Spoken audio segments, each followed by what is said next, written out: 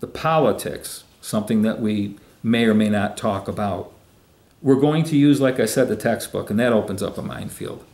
Our textbook being the Bible. That's going to be something that we're going to be referring to all the time, because we've been given this book as a reference book, so to speak.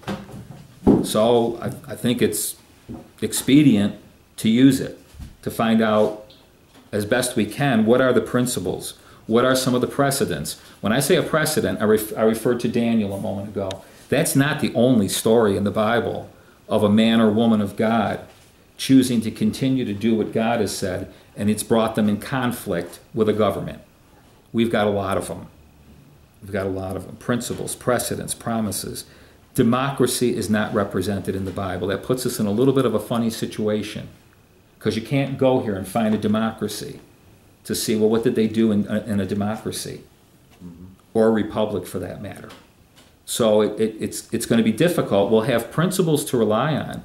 We'll have precedents. We'll have godly men and women, how they responded to certain things, how they followed the principles. Like I said earlier, a theocracy is what Israel, before that we don't have government really explained or talked about, really. It's not till Israel, as a nation, comes out of the promised land and we see a government, so to speak, a theocracy established, which basically means God says it, we do it. It's very simple, a theocracy. Somebody had said to me, yeah, that's what George Bush wanted to establish. Well, I never heard that. But I will tell you, in this country, you know, if George Bush was saying that's what he wanted to establish, it's almost comical, because there are too many things involved at this point. You would have to have a country where there is no separation between church and state, obviously, which there is here.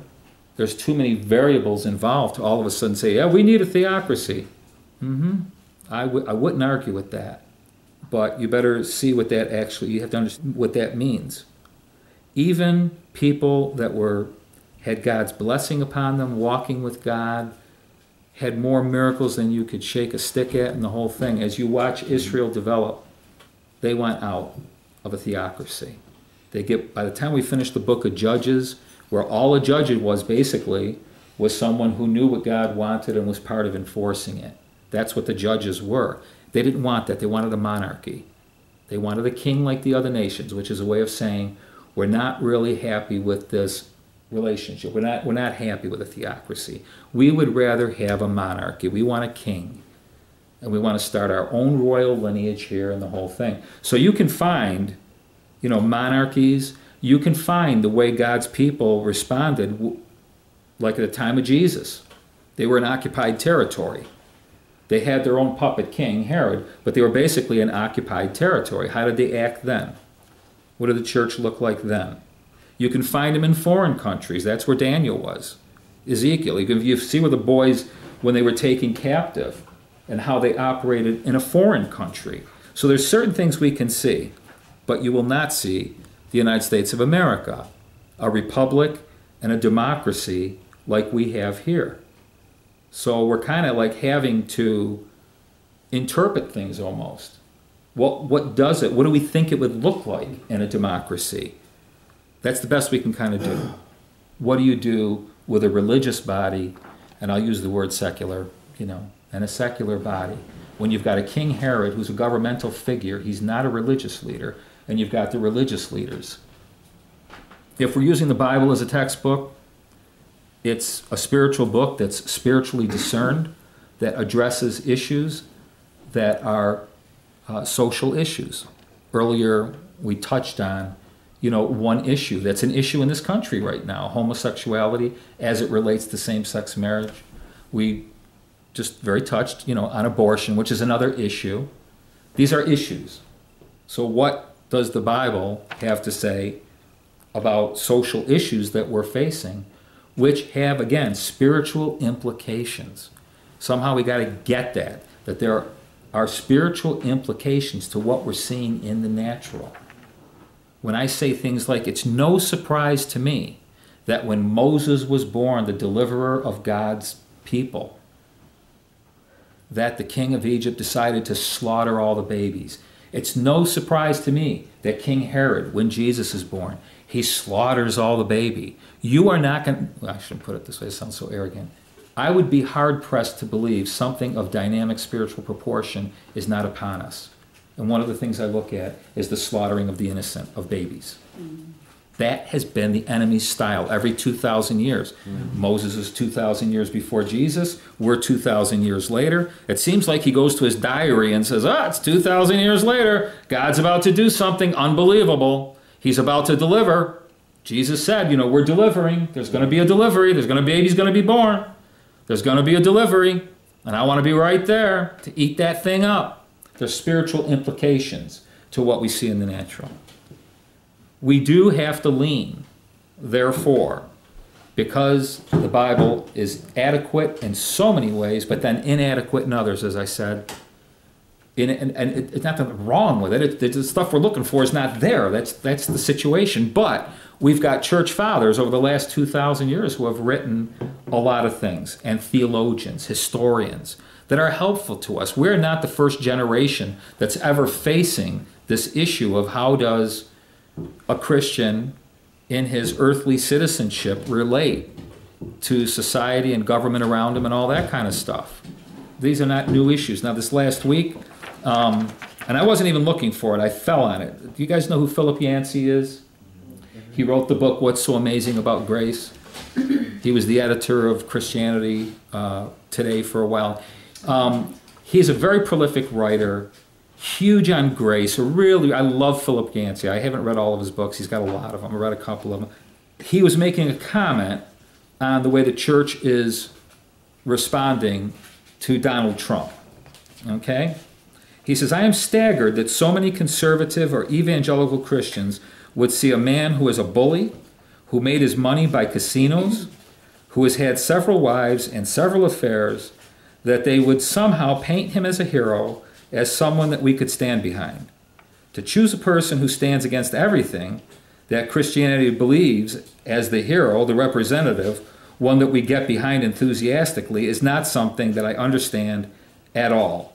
The guy writing the article says the nominee promised to cherish and defend, he's talking about Donald Trump, the nominee promised to cherish and defend America's Christian heritage, which has struck a chord with Christians who feel that they are losing the culture wars. Yancey believes that tying the church and politics together in this way isn't good for American Christianity in the long run. Quote, there are countries in Europe where the church is set back for decades and decades because they have been stained by how they sold their soul for power, I would say.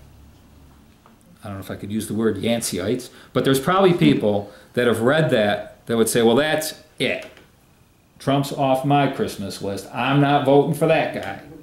Do you see what Philip Yancey said? And there will be people like me that love Philip Yancey, that think he has a lot to offer. I appreciate his input, but I will pray, seek God about the direction that he's calling me to spend my vote, so to speak, and all that. I appreciate him. And you might say, why are you reading that? Because even when we read historians and theologians, it's confusing. There's another person here, a lady called Michelle Madigan Somerville, and she's got a website, Indie Theology, which that's kind of interesting. And she writes essays about religion, faith, spirituality, and she had a long article where she describes she was raised as a Roman Catholic, bailed out, decided to check back in, so she started going to Mass. One of her first times going to Mass, she's in the communion line back in the year 2000, which most of us would remember was, Gore and Bush. And she's wearing a vote for Gore, something related to Al Gore, that she was going to vote for Al Gore. And she had somebody in line, in the communion line, and if you were raised in Roman Catholicism or you know anything about the communion line, that is not the place you would have thought that you would engage in a political conversation. I mean, it's communion, for crying out loud. And so this guy basically taps her on the shoulder and says, you can't be serious. You're a Roman Catholic. We don't vote for people that are in favor of abortion. He's for abortion. He's pro-abortion. You can't vote for him. Now, her just coming back into the church, she's like, okay, I didn't know that. So I'm supposed to vote for the GOP candidate. She got herself all sorted. So now it's 16 years later, and we're looking at Donald Trump, who's the GOP candidate, and he's pro-life. So she's all set. She's got it sussed, right? So we're voting for Donald Trump, right? No, we're not voting for Donald Trump. Well, why not? He's pro-life. Well, if you heard what happened in February when Pope Francis took issue with Donald Trump because he wants to build a wall, and our mandate as Christians is to build bridges, not walls, the Pope has made it very clear that we can't vote for a man who wants to build walls. And she's like, but wait a minute, but he wants to stop abortions. Yes, but he also wants to build a wall. She's writing this article. It's just so well written.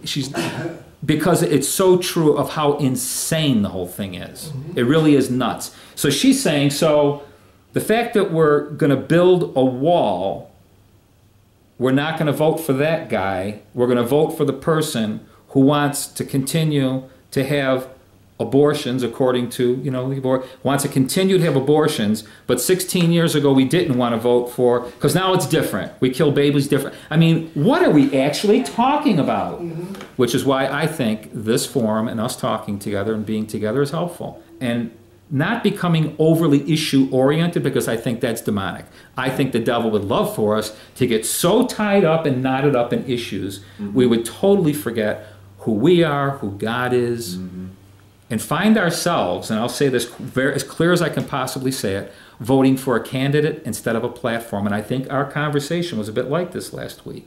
When we get our eyes on a candidate instead of the platform, we're probably going to end up voting for a personality instead of the principles, the precedents, the promises that we enjoy according to what God has said.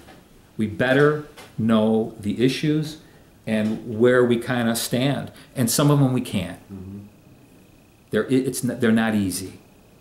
They're not black and white, and we hate that. We want it all to be black and white. And to be honest with you, there's a lot of gray in there, and it's very tricky, which is why we need to be Spirit-led people and respond to what the Spirit of the Lord is. So what is He saying? And that as a group. I told somebody that we were going to having, this month, and they said, well, if somebody finds out about that, they can take away your ordination. I'm dead serious. Because the church is not supposed to. I said, well, that's probably part of the problem. The other part of the problem is what you hear in church. We've got everything from shut up and don't say anything to teachings on 7 kingdoms. There's 7 mountains in the world, and Christians are supposed to be on top of each one. That's the way you bring about change. You know what I'm talking about. That once we take over the entertainment industry, we will bring righteousness to it. And once we take over the education, once we take over, and it's fascinating to me, because the last thing on my list I've got here is Jesus Himself. That really is fascinating to me. That He didn't have to take over any kingdom, He just brought the kingdom. We get that? He brought the kingdom. He didn't ask Herod, what do you think? He didn't ask the Pharisees, the religious kingdom. He didn't ask them what they thought. He didn't ask Pilate what he thought, the Roman Empire. He didn't ask anybody what anybody thought.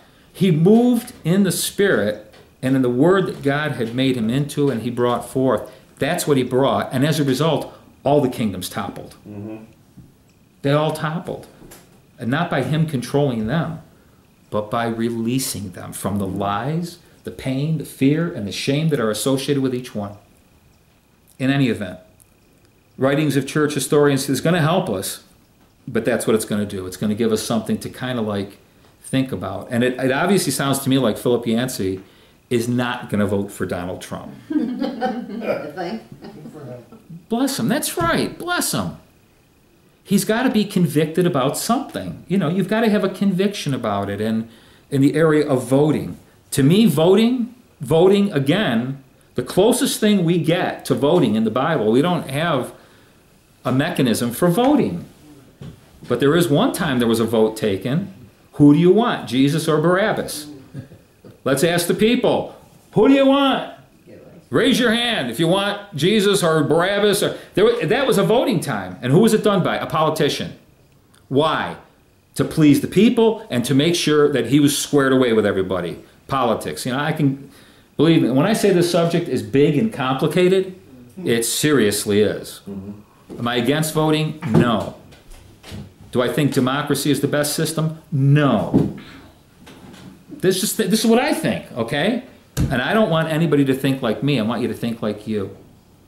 And be prepared in your own heart and mind to be able to work through, walk through, pray through that whole thing. You know, what is the Spirit of the Lord saying? And not take anybody's crap on board in the process. Because one thing that Yancey said, I think it was Yancey, did he say that? No, it was Thomas Jefferson, when he said that the relationship between a man and his God is crucial. Actually, that is basically the beginning of government. When we look at the various spheres of government, it starts within us, how we govern ourselves. How do we govern ourselves? Then it goes vertical with our relationship with God. Now I'm using the Bible, by the way, talking about Adam governing oneself. Then in relationship to God, which is where the problem really started, he kind of was moving away from the government of God, was very much in tune to governing himself. Then it works horizontal in a marriage. Then it goes into the family, the horizontal aspect. Then it goes into the community. The actual governing, they're all different places of governing and government. And Thomas Jefferson hits the nail on the head, that the relationship between a man or a woman, when he says man, he's talking about humanity, a man and God, if that's skewed, the rest of it will be skewed. If we're not hearing from God and under God's government, then we're going to invent our own, which we've been very good at doing. We get to the point like a theocracy that, oh, listen, we don't want that anymore.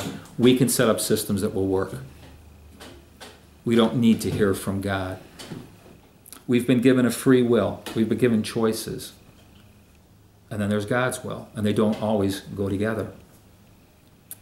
Throw in the mix the confusion of an enemy who's barking in our left ear, giving us ifs. Well, if you are a son of God, if he is this, if she is that, you know, there's all this stuff. If, when all he's trying to do is impose his will, he knows that you've got a will, he knows God has a will, and so does he. The enemy I'm talking about. And what he wants to do is, again, to take away your freedom and impose his will on you. And he's done a really good job at it in every sphere. Every sphere. There's no argumentation about that. So we choose life which is good and right, just and wise, through faith and prayer. And like I said a minute ago, the bottom line, I actually have had 7 points there. I didn't say them 1, 2, 3, 4. They're just all in there. But the bottom line is Jesus. Because really, even I can look at all this stuff that I feel pretty comfortable with and about, and the Bible, the whole thing. And when all is said and done, it can just be kind of overwhelming. And I do believe in the simplicity of Jesus. I do believe that a lot of the questions and whatever we're facing, whether it be issues and governments and whatever else, we can look at Jesus as our example, because he actually was a human being that lived in an occupied country and had to relate, had to live as a citizen in an occupied country. He had to honor the Romans to a certain extent, to an extent. You know, he had to honor the Jewish faith, which he knew was fading away. It served its purpose, and it had birthed him, but God was doing a new thing, like Isaiah said. He recognized it. Jeremiah, they all said it. God's going to do a new thing. It's not going to be a kingdom around you that you see. It's going to be a kingdom of the heart. I'm going to write my word in your heart. Nobody's going to be saying anymore, you got to do this. That's done, which has the implications of what you started off with, Mark, a while ago, that all of us have sat under somebody's yoke that told you what you have to do and what you don't do. Instead of coming to Jesus, come to me. I'll share with you what my yoke looks like, what my teaching looks like. It's simple. He never said it was simple to do. Loving one another can be a bit tricky. Ask people who hate Muslims. Ask people who hate black people. They'll tell you right away it's not an easy task. I've been hating black people since I was 7. Well, it's a good time to stop and get with the kingdom of God and learn how to love one another no matter what. Love your enemies. Jesus is our example. We look to his words and teachings, his commands. The last thing I wrote down here, he brought eternal spiritual change, a new age, a new social order in the natural through the spiritual, impacting every sphere of government, whether it's in my own heart and life, my vertical one with God, my relationship with God, all the horizontal ones in my marriage, my family, the community, at work, civil government, and he didn't invade any. Isn't that amazing? He didn't invade a one. He operated out of invitation. The only thing he did, if you want to use the word invasion, is that he actually came because his Father sent him and said, enough is enough. Enough is enough. We've let him had a go at this long enough. So let's save the whole bunch of them. I think maybe you can see why I use the word complicated. To me, there's a lot of different things all mixed like in together in everything we talk about. I'm not going to bring a week on each. That's not my intention. I just wanted to throw a variety of things out because we're going to see different things connected at different times. And I will be referring to a variety of things. You probably will too, as we talk. And like I say, I'll bring presentations, you bring participation, and we'll have a good time, I'm sure. My last thing on here, though, is, what are some of the subjects or questions that you'd like to talk about or address or have me present or whatever? And I'm even willing to accept nothing. To be honest with you, I am not interested in anything that you've said the last 45 minutes. I can receive that. Then it'll be just me and Mark that'll be talking for the next month. And that's all right. We have some good conversation. That's nice. But, and I mean that, the last thing in the world I am not into at all, a hyper-spirituality that says, well, you're here, I'm the boss, you're not. I'm not there at all. I can't cope with that. If nobody's interested, then I'm not interested, quite frankly. Unless I get a mandate from God. And I can honestly say to you, I don't have a mandate from God. This is just something Mark raised, I prayed about. I want to be a help. I want God to use me as a servant and a help. And this just seems like a helpful thing. If it's not, all right, that's fine. No, actually, like I said, and I mean this 100%. One of the reasons I'm here, instead of in a building someplace with a massive amount of people that sit there like they've come to a show, and no matter what they think, nobody cares. You'll never know, because they're just sitting there, and you're doing this thing that I'm not saying is not meaningful, but the interaction, I firmly 100% believe what Paul said about the body of Christ and everybody having a part to play, and it all works together, and the body is strengthened by the body. Mm-hmm. It doesn't mean that leaders don't have a role to play, but their only role is that's their part of the body. It's a body thing. And so, whatever anybody shares, as far as I'm concerned, there will be no contention. There will be no, like we said last week about the brother who throws the wild stuff into the pot. Elisha doesn't take issue with the guy, for crying out loud. He did the best he could. Can't you see that?